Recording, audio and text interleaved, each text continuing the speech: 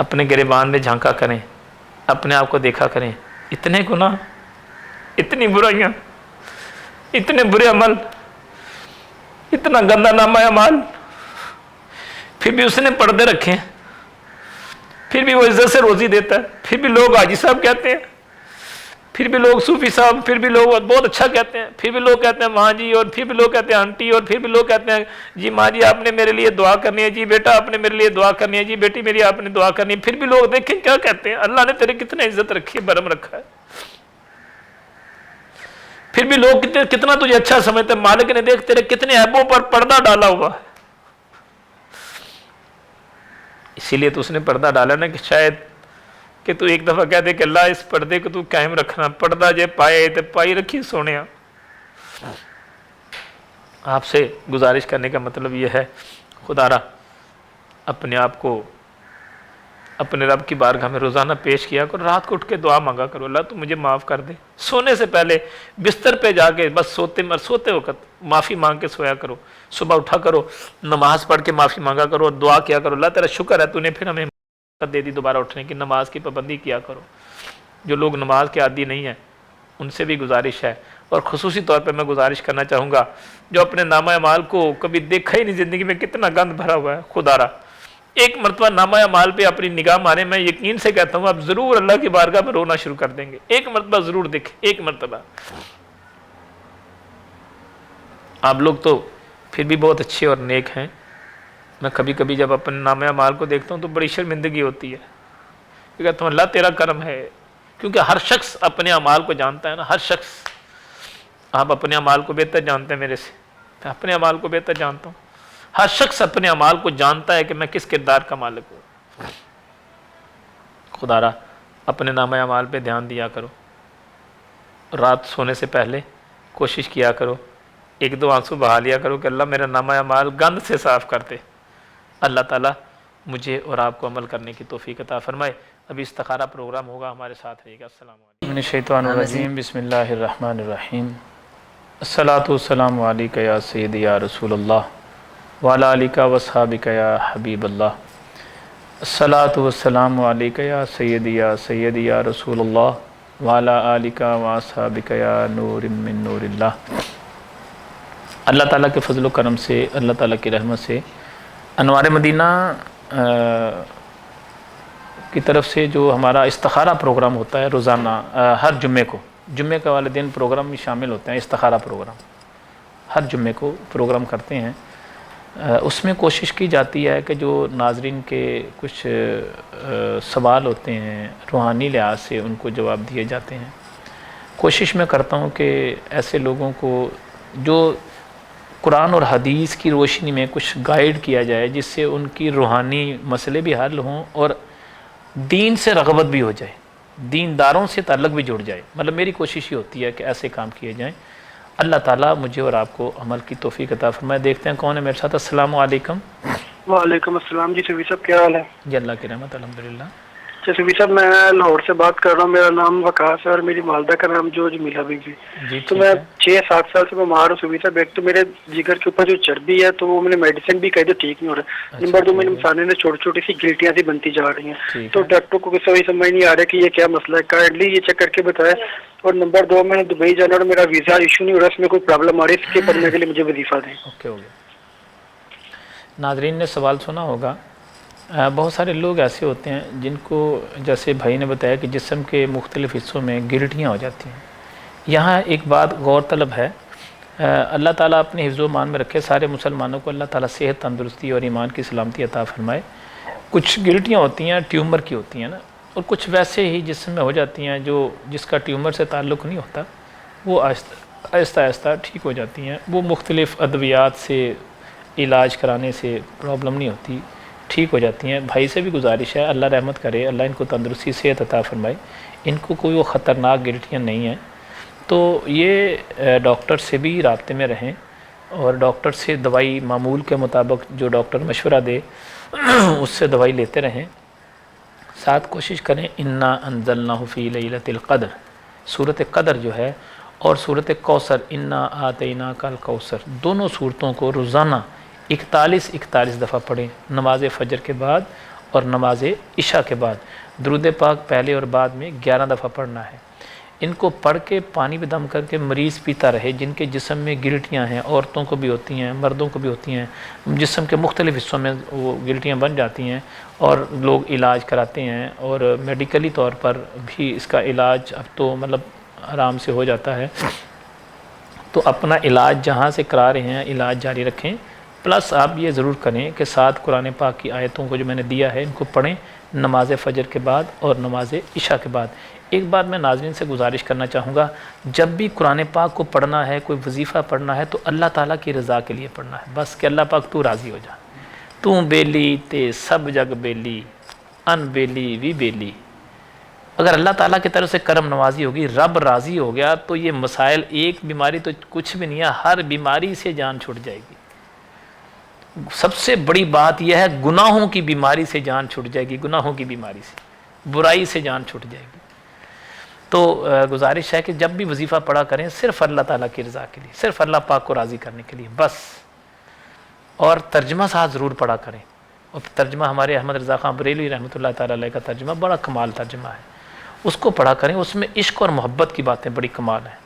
دنیا میں جتنے بھی ترجمے ہیں ان میں کمال بات اس ترجمے میں یہ ہے کہ اس میں عشق پیدا ہوتا ہے، محبت پیدا ہوتی ہے، محبت رسول صلی اللہ علیہ وسلم۔ تو ترجمہ پڑھیں، اللہ تعالیٰ کے فضل و کرم سے یہ وظیفہ پڑھیں بھائی، اللہ کرم کر دے گا۔ رہ گیا ان کا دبئی والا معاملہ، تو اس میں کوشش کریں نماز فجر پڑھ کے، نماز عشاء پڑھ کے۔ تو جن لوگوں کا بھی پوری دنیا کے اندر ایک ملک سے دوسرے ملک میں جانا چاہ رہے ہیں، تو وہ وظیفہ میں نے پہلے بھی بے شمار مرتبہ یہ لوگوں کے سوال آئے ہیں اور سوالوں کے جواب دیے ہیں، اس میں لوگوں کو وظائف بتائے ہیں۔ اگر انٹرنیٹ پہ چلے جائیں تو وہاں پہ بھی بتائے ہوئے وظائف وہ دیکھ لیں، میرے ہی بتائے ہوئے۔ ورنہ ابھی بھی میں گزارش کر دیتا ہوں، کوشش کریں نماز کی پابندی کرنی ہے، فجر کی نماز کے بعد اور عشاء کی نماز کے بعد کوشش کریں آیت الکرسی 7 دفعہ اور الحمدللہ رب العالمین کے بعد قل هو اللہ احد بھی 7 مرتبہ، دونوں کو 7 مرتبہ پڑھیں، درود پاک پہلے بعد میں 11 دفعہ پڑھ کے۔ تو نیت یہ کریں کہ اللہ پاک تو راضی ہو جا، اس سے بھی انشاءاللہ بہتری کے اسباب پیدا ہو جائیں گے۔ السلام علیکم ورحمۃ اللہ وبرکاتہ۔ وعلیکم السلام۔ میں شادی کرنا چاہتا ہوں پاکستان میں، میرا نام ہے عابد، میری والدہ کا نام ہے ممتاز بی بی، لڑکی کا نام ہے زکیہ، اس کی والدہ کا نام ہے زار بی بی۔ جی ٹھیک ہے، آپ کہاں رہتے ہیں بھائی؟ آپ جی آپ کہاں رہتے ہیں؟ میں ملیشیا میں ہوں۔ اچھا ملیشیا میں، ٹھیک ہے۔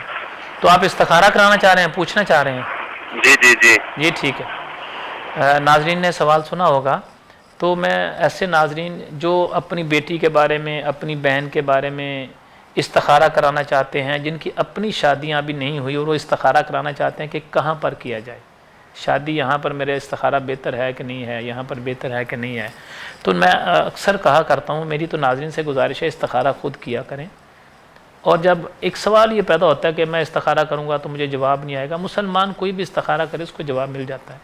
پھر اگر نہیں کرتے، کریں گے تو پتہ چلے گا نا، دین سے تو ایسے ہی جڑیں گے نا، استخارے کی دعا پڑھتے رہیں، اللہ تعالیٰ کی بارگاہ میں گزارش ہی کرنی ہے، ریکویسٹ ہی بھیجنی ہے، اللہ تعالیٰ کی بارگاہ میں دعا کرنی ہے، اس کے علاوہ تو کچھ نہیں ہے استخارہ۔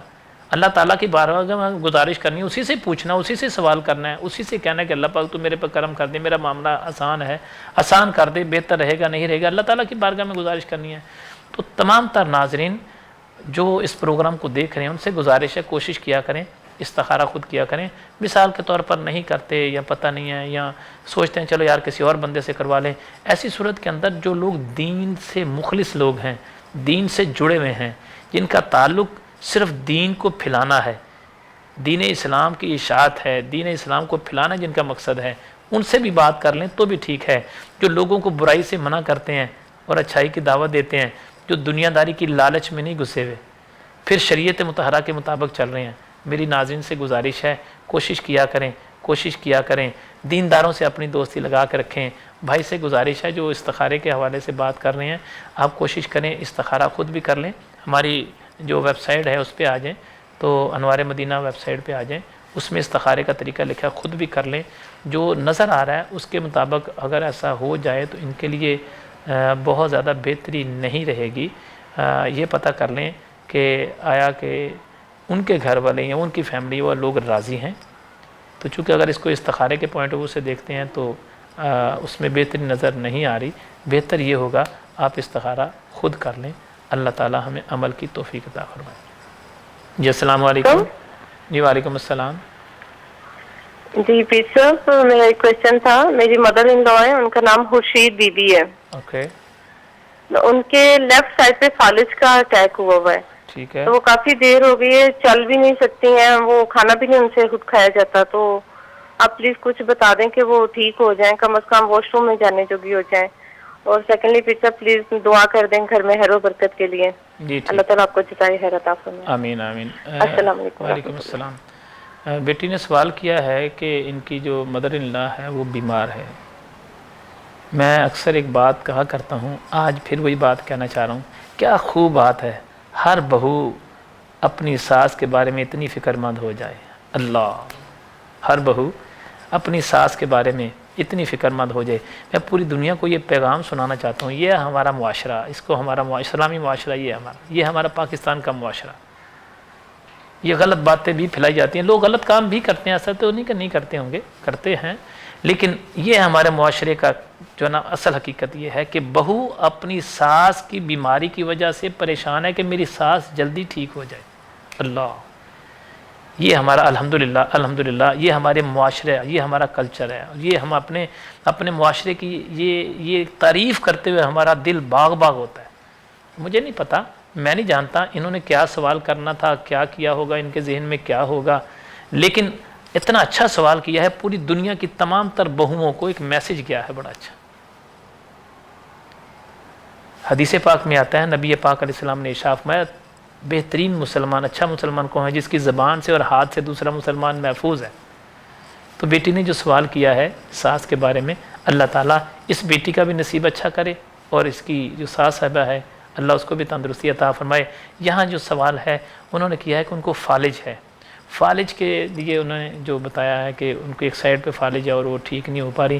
تمام طرح سے ناظرین جن کو فالج ہوا اور اس کے بعد وہ بہتر نہیں ہو رہے، ان سے میری گزارش ہے کوشش کریں آیت کریمہ لا الہ الا انت سبحانک انی کنت من الظالمین، اس کو روزانہ کم از کم 2 تسبیحاں مریض اگر خود پڑھے تو بہت کمال ہے، اور 2 تسبیحاں ہی یا حیو یا قیوم، 2 تسبیحوں سے مراد 200 مرتبہ، زیادہ بھی پڑھ لے۔ یاد رکھیں یہ گن کے پڑھنے سے باتیں نہیں بنتی، بس مالک بے نیاز ہے، اگر وہ ہمیں گن کے دینے پہ آ جائے تو شاید ہمارے لیے زندگی گزارنا مشکل ہوگی، وہ بغیر گنے دیتا ہے۔ آپ بھی جب پڑھا کریں تو یہ نہ سوچا کریں اتنی مرتبہ پڑھنا ہے اتنی مرتبہ، یہ تو صرف جو بندہ پڑھتا ہی نہیں ہے اس کو احساس دلانے کے لیے چلو یہ پڑھا کرے گا، چلو 100 دفعہ پڑھنا ہے، پھر پڑھ لے گا، 200 دفعہ پڑھنا ہے۔ تو تسبیح پڑھیں صبح کی نماز کے بعد اور عشاء کی نماز کے بعد، اسی تسبیحوں کو پڑھ کے، وظیفے کو پڑھ کے، پانی پہ دم کر کے مریض کو پلایا جائے۔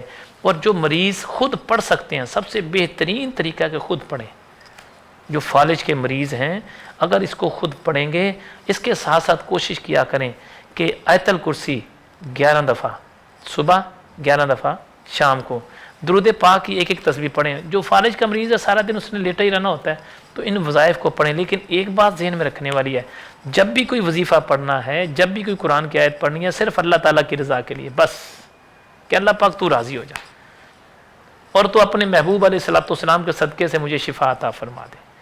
جب اللہ تعالیٰ کی رضا کے لیے قرآن کو پڑھیں گے، اس سے ایک اور بڑی کمال بات ہے، اگر اسی قرآن کو آپ ترجمے سے پڑھیں، آیت الکرسی کا ترجمہ پڑھیں گے، جب آپ آیت کریمہ کا ترجمہ پڑھیں گے، یا حیو یا قیوم کا ترجمہ پڑھیں گے، قرآن کی آیتوں کا ترجمہ پڑھیں گے، ہمیں پتہ چلے گا، ہمیں سمجھ آئے گی ہماری غلطی کہاں پر ہے، ہمارے ساتھ ایسا کیوں ہوا ہے، کیوں ایسی پرابلم آ گئی۔ حالانکہ اللہ تو قرآن پاک میں اعلان فرماتا ہے اللہ تعالیٰ لوگوں پر ظلم نہیں کرتا، لوگ خود اپنے آپ پر ظلم کرتے ہیں۔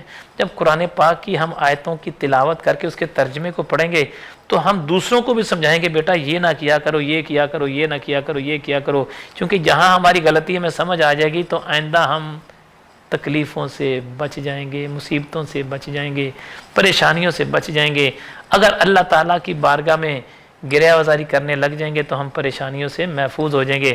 تو گزارش کرنے کا فقط مقصد یہ ہے کہ بیٹی سے گزارش ہے جو وظیفہ دیا ہے وہ پڑھیں، تمام طرح سے ناظرین جن کو فالج کا مسئلہ ہے وہ اس وظیفے کو جاری رکھیں۔ اس سے پہلے بھی میں نے بہت سارے وظائف دیے ہیں، وہ ادا کر لیں، ان کو ادا کر لیں۔